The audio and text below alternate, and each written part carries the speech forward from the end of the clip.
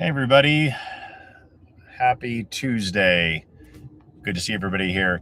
Hey, I just want to let you know that just before we go officially live, 2 minutes or so from now, we're on the road today. We have a project in Northwest Texas, so we're on the road. So I apologize for background noise or any interruption in the stream or the live feed. If you have any questions, don't forget to ask them here. Post them. You can post them later. You can post them on Facebook, any number of location. We'd love to talk to you and answer any questions you have. Now, to let you know who I am, my name's Ervin. I'm one of the founders of AquaLocate. This is live, AquaLocate live from Texas. We are still in Texas, just on the road today. Anyway, my plan was to talk first about step number 10 of the basic drilling steps process. But I got a phone call today from a client, and he wanted to let me know some good news. I'm really happy to hear it. So I thought I'd share the brief story with you guys and let you know a little bit about that, because it's kind of an important topic. So this person, his name is John. He contacted us a few months ago, and when John contacted us, he actually contacted us because his drilling contractor suggested he call us because they had just drilled a 760-foot non-productive well, which is a lot. And in this part of the country where he drilled, it's probably about a $35,000 hole. And they told him that it maybe produce half a gallon a minute, which is very little water for a 760-foot well. So he gave me all the information about the property. It's 10 acres. He was actually looking to try to do a shared well, which I discouraged him. But either way, so I did some research, like I always do for every client, whether they hire us or not. I do some research, and I started digging into the well reports.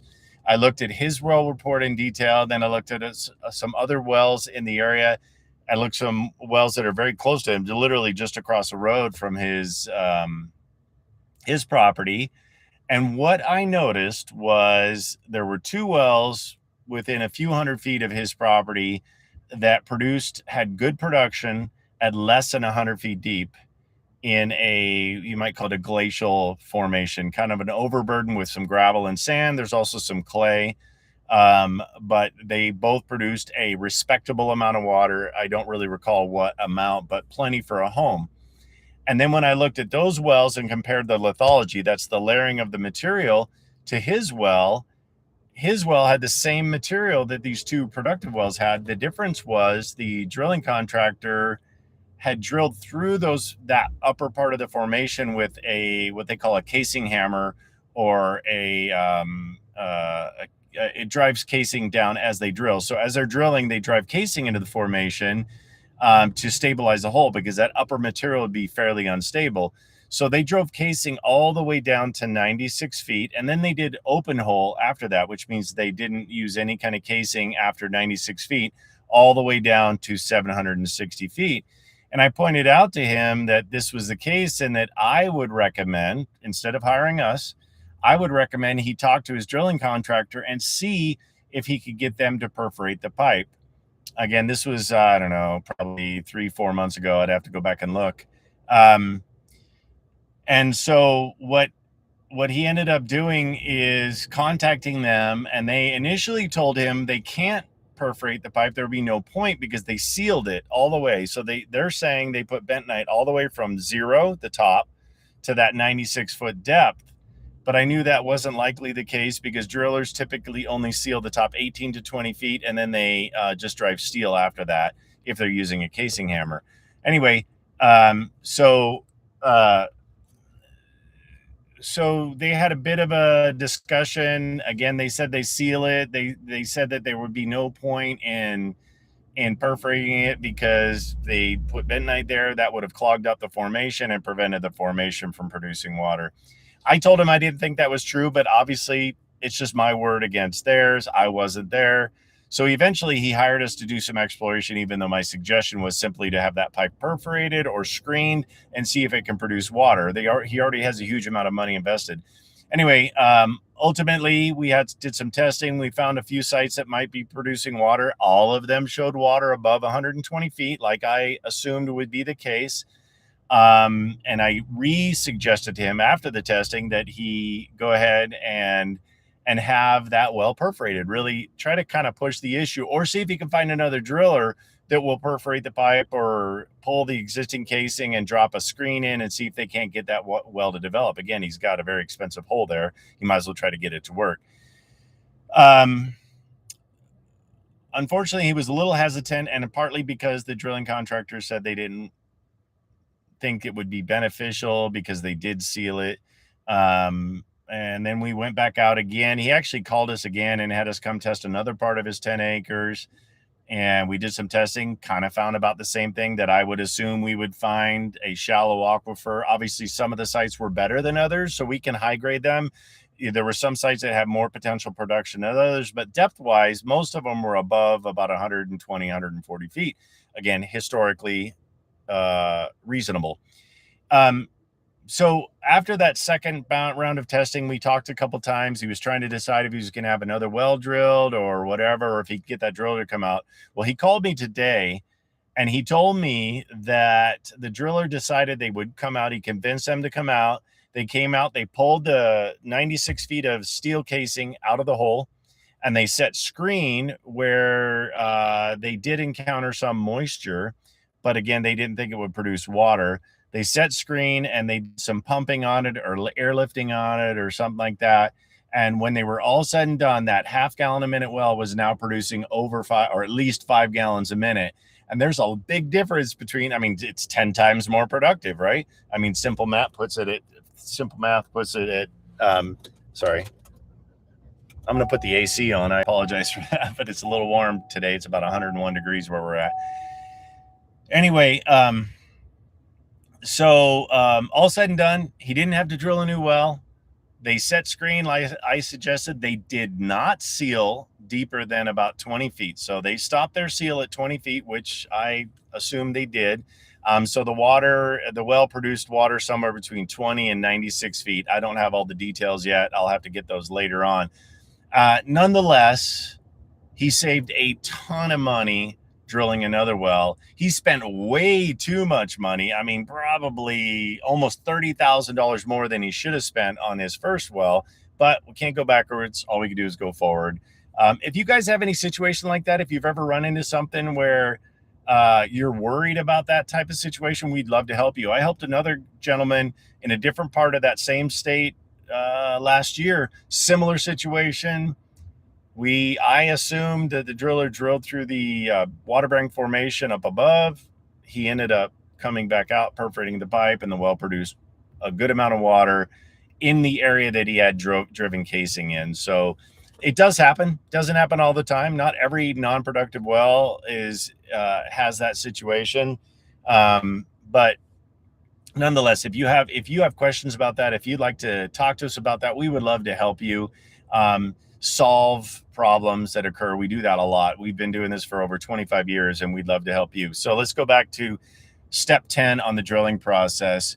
So why is it important to get a pump test? Okay, so step 10 is the last step in the basic drilling steps process.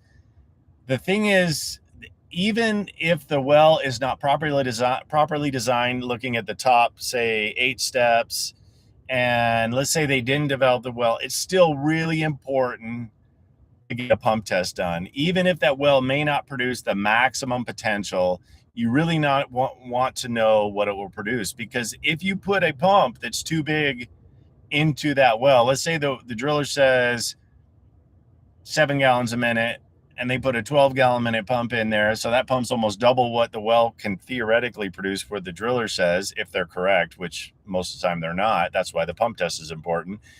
But if you put a 12-gallon minute pump in a 7-gallon a minute well, you're over pumping that by 2 almost. And what you're going to do is accelerate the water coming into the well, and it's going to potentially cause clogging. It overexposes the inside of the well to air, which increases the growth of algae and things like that. It's not harmful, but it causes a clogging effect, and it can eventually cause that well to fail depending on how the well is designed.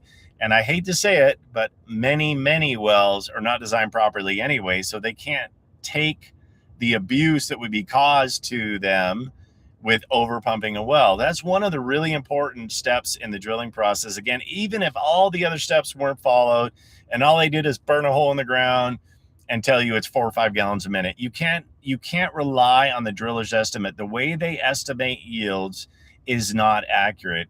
Even when a driller pump tests a well, which is really rare, they only do it for about an hour, and that's not long enough to really determine the potential of the well. Really what you need is a long-term drawdown pump test, 4 hours or more, ideally 8 hours. That way you can get a really good idea. You put the well under stress and you can get a good idea of how much that well might produce. Then you can have the pump sized. You can also determine if you need a storage system of some kind.